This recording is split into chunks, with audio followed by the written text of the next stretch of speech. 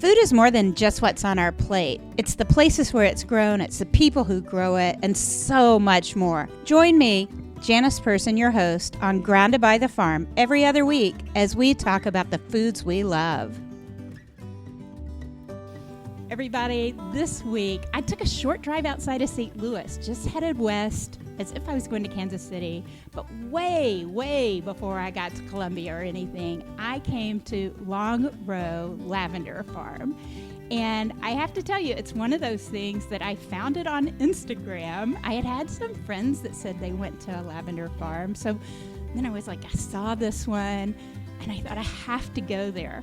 Now, how I then wormed my way into Tracy's business and able to get here on a day when they're closed so I actually could talk to her.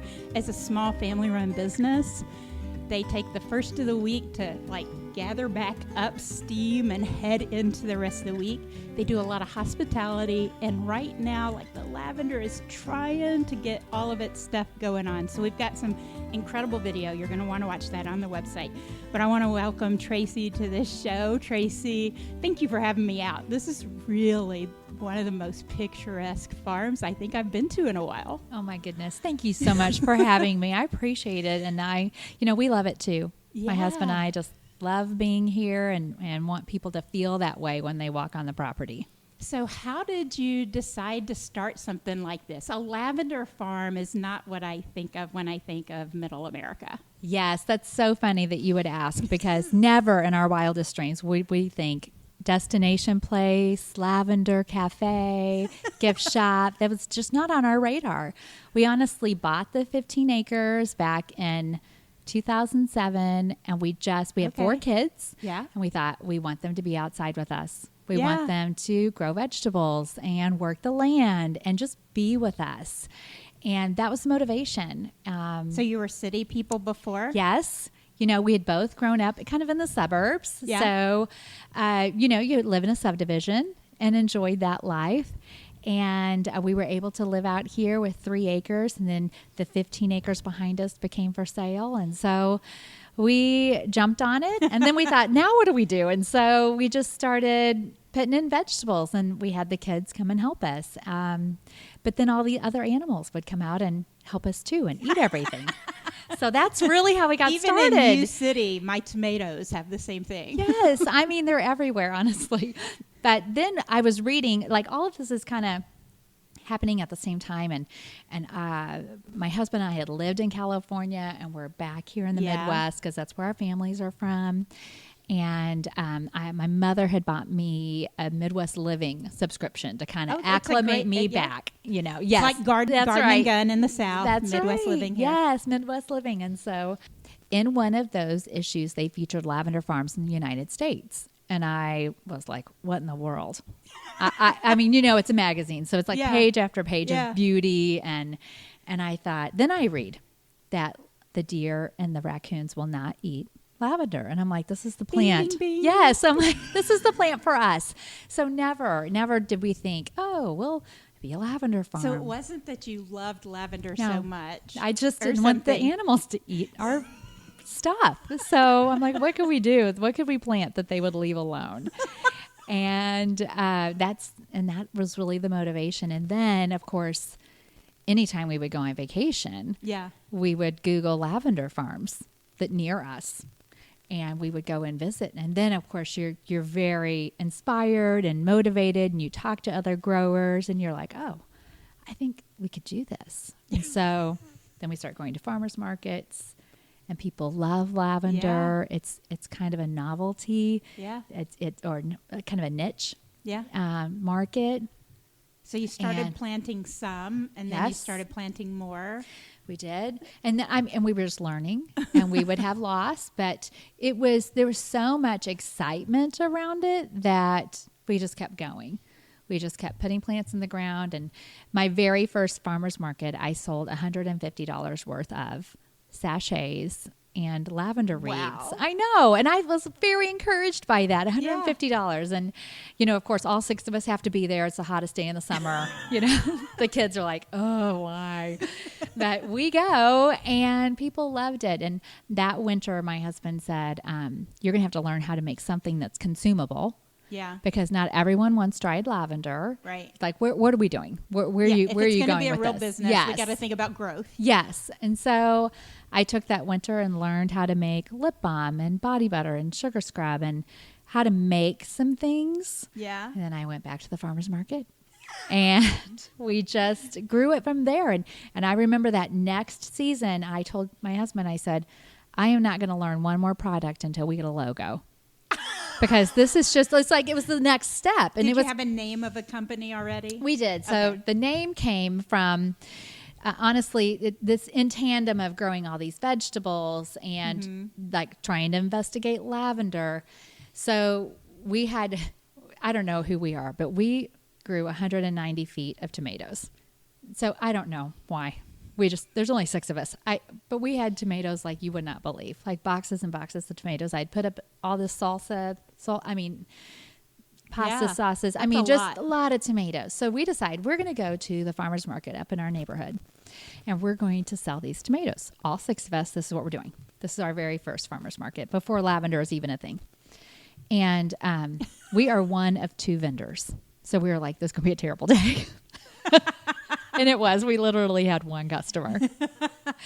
And the other one already had customers. So we had 1 customer, and the guy comes up to us, and I said, the tomatoes are free. You can just have them. Please just take these tomatoes.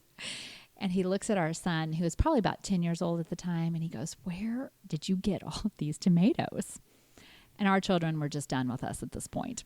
They made us pick them all. And he says, 1 very long row. And I thought, at this point, we're trying to find a name for our lavender. And I'm like, what about Long Row Lavender? And that's how it came to be. That's funny. And so... so your son created the name? Yes, out of exasperation. Yes, full-on exasperation. So he gives us a hard time now because, how as we've spoken, that we've reoriented the rows. And he's like, what are you going to call it now, Mom? Short row lavender? What's going on? He's like, what have you done? It's a branding quandary. It's a branding, babe. Come on.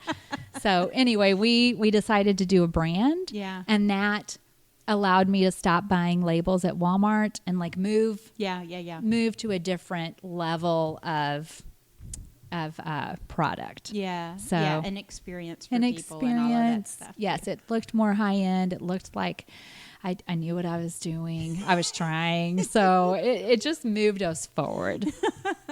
So you started out doing farmers markets and stuff, and then at some point you decided to build the gift shop, or did you? That's correct. Yeah. So, we did farmers markets for years, probably about 4 or 5 years, and people just loved it. It. We expanded what we offered to folks, what we were making, and we'd always wanted a barn.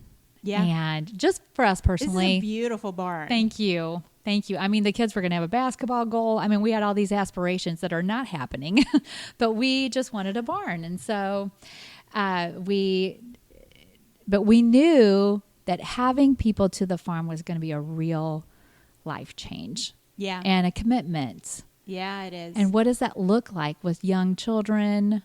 Maybe 1 driver, but your youngest is still pretty young. What does that look like as a mother to have a business that people are going to come visit you? And you have to be open and be consistent in order to maintain some momentum. And so we sat down for dinner one night. We'd gone out to dinner, just Chad and I. And we looked at the pros and cons and decided, are we going to do this? Are we going to commit to having people come to the farm? And it was a risk, but we took it. And we called and we knew what company we wanted to build the barn. We knew all of those pieces. So funny. And so this was 2015, and it was built over the winter of 2015. Yeah. Then in 2016, actually May 27th of 2016, we opened the gift shop. Yeah. And have folks come. So I think when people think of lavender, 2 things come to mind. One is dryer sheets that have a lavender scent to them, or something like that, right? Yes. And just there's a scent that's not always really related to the plant. Correct. And then the color purple. Yes. A certain shade of the color purple, right? Yes. So how far off is that from reality? It's pretty far off. So, yes. Her eyes are so like, Janice, you've lost your mind. Yeah, so it's pretty far off. Well, lavender, that artificial lavender fragrance that I don't even know what's going on there, but it cannot touch the real thing. I mean, even when we were out walking in the field, just running your hands through the flower and like smelling your hands and the fragrance it's putting in the air. It's just, it's something that God created that cannot be replicated in an artificial way. And so I would encourage anyone, Google those lavender farms and see, or shoot, at Home Depot when you see a lavender plant for sale, just run your hands through it. Just do it. Yeah. It smells so good. It's not going to hurt the plant. It will not hurt the plant. You don't have to grind the plant. You just rub your fingers on it. We're not trying to damage it. We're just trying to smell it. So that, and then the color purple. So lavender varieties, there's just over 400 different varieties. Yes. I mean, and we're just scratching the surface. On everything we do with lavender, there's so much diversity with it. We're just barely scratching the surface of what can be done. But the plant can come in all shades of whites, pinks, purples, yellows, which will not grow in our zone. So don't even try it. We can't even find it. So, but there's so much variety, different shades of blues and purples and heathers and grays. It's just lovely. It is such a diverse plant. Yeah. I mean, if you can make a candle with something and eat it, I mean, you know what I mean? It's like, there's so much diversity with the plant. So do you make candles? I don't make candles. I mean, there's just. So you learned to make balms and stuff. Yes. I mean, candles weren't far. They weren't far, but honestly, there are people who can do things better. And I just found someone who's so much better at that art. And I thought, you know what? Could you make candles for me? And she does. And put some lavender in them. Yes. Can you make a lavender scented candle? Yes. And so we learned a long time ago that there are only so many hours in a day. Everybody knows this. You're only one person and you can't do everything well. And you were never designed to do everything well. And so we pick and choose what we do. We try new things and see if we can do them, but usually something has to go. Yeah. So it's a small business. How many people are on your team here? There's you and Chad. Yes, there's Chad and I. And of course our kids will help out when we can. Our youngest two still work for us. They're in the payroll. They are working for us. Sometimes they just do things because, we're a family and we need help. So, but we have 17 people on staff part-time. Yeah. But they make this place possible. Yeah. Anytime I hire someone, I'm like, I need 2 things from you. I only need 2 things from you. I need you to be really nice to people when they walk in. I need you to understand that they are created in God's image, and I want you to be respectful.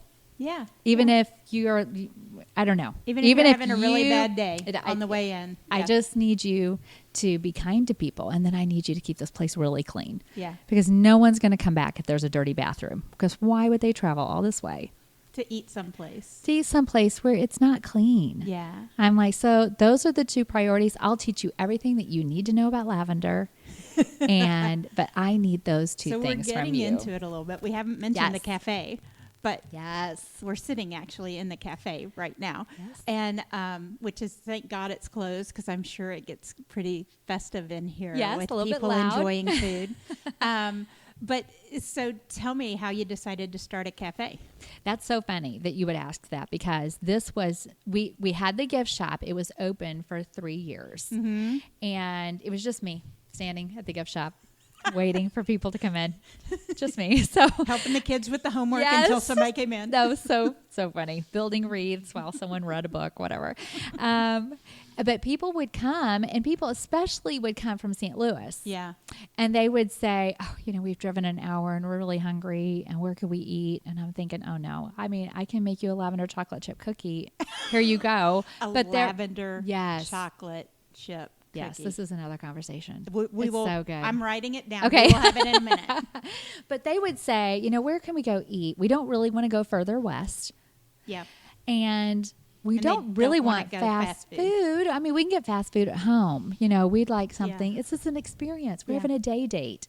Yeah. And I mean, people would ask pretty regularly. And we were at the same time running out of storage. So we had built this barn, but we didn't build a basement. And so I was running out of storage. Where do I put things? And we were expanding. We were having classes here. And so it was like, okay, where do you put the tables and the chairs and when you need to change for different events? And so we thought, okay, let's expand. So let's put on a lean-to, which was going to add another 1,000 square feet. Yeah. We were going to put on, build like a 400 square foot kitchen and a cafe. And we thought, that'll be plenty. This will be perfect. And of course, within 1 year, we're out of space. Yeah. But that's fine. That's another problem for another day. Yeah. But that's how the cafe came to be. Yeah. Well, it's a small cafe, but you have lots of outdoor seating for the good time of year, which Missouri typically has a large season of spring, summer, and fall where people, because you have some that's shaded. Yes, we do. We have some on the north side of the building. It's going to get a nice breeze. We've got patio seating down by our pond that's got a canopy. So it is nice. And so the cafe was a game changer, honestly, for us, because you offer people food and they will linger. And they will come. They will all come over too. Yes, they will come, and then when they hear you have a chocolate chip cookie with lavender, it's so good. It's so good because lavender is an herb from the mint family. So when you pair it with chocolate, that's that essence that you're going to taste. So if you're into lavender or if you're into mint, then or it's like so chocolate hard mint. to imagine that they're in the same family because I've cussed mint so many times in my backyard. As well you should. Because somebody planted it in a raised bed before I bought the house and I did not know. Yes. Well, you'll just have to look. I mean, I've had to nuke the backyard basically. No. But lavender I wouldn't have had the same like feeling about. No. I mean, it'll grow, but it'll grow, but it doesn't have that the same way. No, and it doesn't have the longevity that mint. Mint is like, I will outlast you. It's terrible. It and the cockroaches. Yes. Oh, my Lord. But lavender grows in bunches, kind of, whereas mint will just scatter everywhere. Yes. So lavender is actually a shrub. So it's going to have, once it becomes an adult plant, which takes about 2 or 3 years, it's going to have a woody base, then send up its leaves, fronds, and then it's going to have its flowers come from those. Yeah. It's so different to me than Lent. I mean, than mint is. And so I'm still trying to process that. But so tell me, what are the different kinds of things? So chocolate is an easy one, it sounds like. I thought immediately when I was feeling it and smelling it outside, I thought of focaccia bread, like with rosemaries and things like that, right? So is it part of that same herb family that you think of, like herbs of Provence? That's exactly right. Like that? It pairs very well. In fact, lavender is part of the herbs in that I think there's like 5 different herbs in an herbs de Provence. So very good in pastas, marinades, pizza sauces. We actually put it on our salad. So we do a garden salad here, and we'll do a sprinkle of herbs de Provence. It's almost like a salt substitute. It's just a little bit of a fresh herbal flavor. But people tend to equate like a sweetness, I think, with lavender. I don't know why. Yeah, and it really can be done for both. I mean, you can do like these savory dishes because it's a great replacement for rosemary. Yeah. So if you're going to do like a rosemary chicken, you could do a lemon. I'm sorry, you could do like a lavender. Well, I told chicken. you Molly was supposed to come with me. Yes. And she said she loves lavender pork chops. Oh, send the recipe, please. Well, she wanted me to gather all of your recipes. That's fine. No, that's fine. Oh, I got some. I definitely have some. Well, and this is where Pinterest is your friend. You just kind of Google and see what someone has done. Yeah. And, but yes, it'll definitely pair well in a savory dish. Yeah. And then like our ham sandwich. So we have we serve it on a Milton bread, which I'm sure has sugar in it because it's kind of sweet. Yeah. And then the salt from the ham and the Swiss cheese. Then we do lettuce and tomato with herbs de Provence. And again, it just gives that little punch of herb in that savory sweet sandwich. Wow. So it's really good. I'm impressed. I'm already thinking. I mean, gotta why come isn't when the it's kitchen open? I've got to come when you're open. Yes. This is it's all a big ploy. That's awesome. That is awesome. So I'm looking and I see all the coffees Yes. and hot chocolates and teas and all of those things. Well, maybe not coffee, but tea pairs really well with herbs. Yes. Yes. So we have a line of teas from a local gal, Blooming with Joy Tea Company, and she blends these teas for us. You can only get them here or online from us, and so she uses lavender in the tea blends. And so I think we have 7 different varieties that she blends for us, and nice. They all have lavender in them. And then our coffee actually is from Caldi's. Roasting Company in St. Louis. Yep. Yes. And so they do. I love them because they provide all of our training. They do like best practices with us and help us make sure that our water is filtered properly so that people are getting a really good cup of coffee. Then what we would do is take that coffee and make like a lavender bloom latte, which is lavender simple syrup and vanilla simple syrup. And then of course your cream from your milk or oat milk or almond milk. So then we tweak things. So like right now we're doing a lavender, we're doing a cold brew with a lavender foam on top. So really fun drinks that we'll do in the summer. And in the fall, we'll do, your traditional pumpkin and such. But so not everything is lavender here. So if you come and you're like, I am actually allergic, no, never fear. We have regular things. But also you can, have the herbs left off. If you just wanted a ham and cheese sandwich, that you absolutely can do that. You can get. I mean, there's PB&J if you really want that. There's totally fine. So we've got it all. I love it. I love it. So what's the sort of long-term view? Like you're doing different foods and stuff. You and I talked. Some of it is things that you grow here for different things, and some of it is lavender that you purchase in because food is hard. Yes, food is hard. And I mean, we've been really blessed with a lot of people coming out. I mean, very blessed to see the amount of folks coming out. So our small farm cannot handle the amount of lavender that is needed to make. We make our own lavender simple syrup. We make our own fresh squeezed lemonade. Yeah. So in order to provide for folks, we do have to purchase culinary lavender in order to make all of the food and make that happen. Culinary lavender, you explained to me because I did not know much about it on the front end, is a little bit different because you really need that consistency. You do. So that's really what we're looking to do. Yes, I can pick my lavender, dry it, clean it, sift it, and put it in our baked goods and our lavender simple syrups. We for sure can do that, but only for about a month because we've got so many folks coming out, which we're really thankful for. But what I'm wanting is a consistency of flavor. And so I don't have a consistency of growth on the farm. So some varieties grow better than others, and that some varieties are babies right now, and I'm not going to get a huge bloom from them. And so instead of stopping production, then that's why we buy in so that there's consistency across the board with flavor, consistency with our simple syrup, with our mixes, with the herbs de Provence, anything that we are allowing people to ingest. We want that same flavor. Yeah, exactly. And that to me, it sounds so normal. It makes so much sense. And yet they really get to know lavender by coming here. So not all the lavender is grown here, but you get to know it. You get to see different varieties. Yes. Which most of us don't have much of that around us, right? Like you've maybe seen lavender. Maybe we want to grow lavender. What would we need to know? Oh, that's a great question. So what you need to know is that lavender is a lot like you. This is why I tell people. I'm like, so if you don't like to have your feet wet consistently, there you go. That's how lavender feels. It does not want to have its roots wet. I love that. And so a well-drained soil, it's key. So if you're going to put it in a pot, make sure you got some rocks at the bottom to let that water get off. Drain hole. Yeah. Please. A drain hole would be great. Yeah.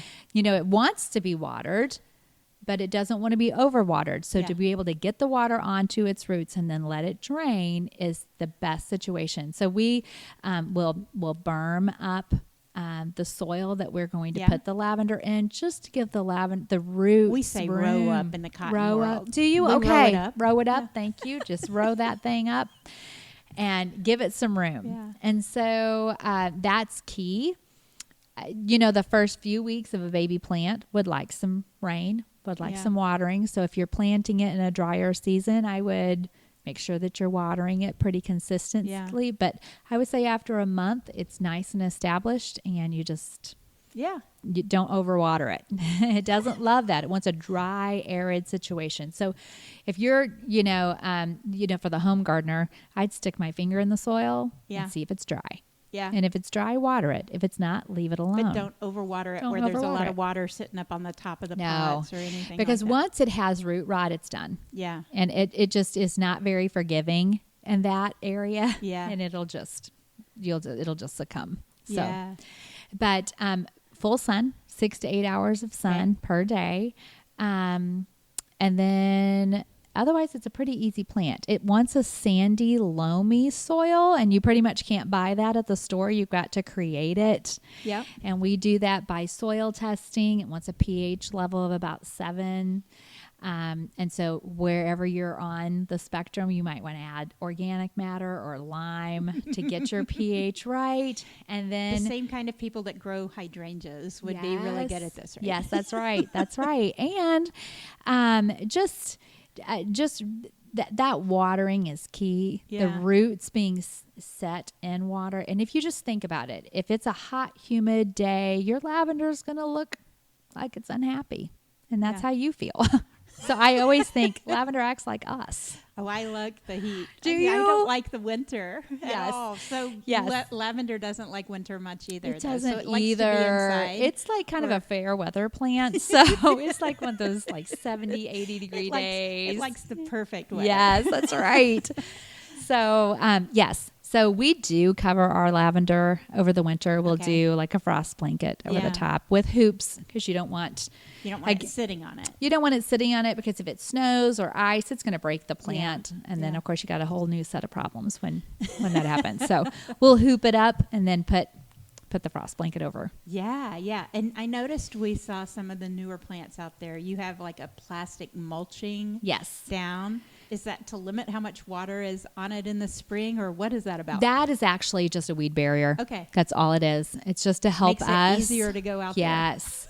Just helps us because then once we actually put the weed barrier, we berm up or we row up. We row up our rows. Yeah. And then we will burn with a torch a little hole. Yeah. And then put the plant in. And then once that plant gets larger than the hole, the weeding is just not an issue because it's just crowded everything out of the sunlight. So, all right. That's how we do it. So we talked a little bit about there are a lot of different varieties. I didn't ask you when we were talking about if you were going to plant it at home, which ones would you recommend in this part of the world? So in this part of the world, I would definitely recommend Phenomenal.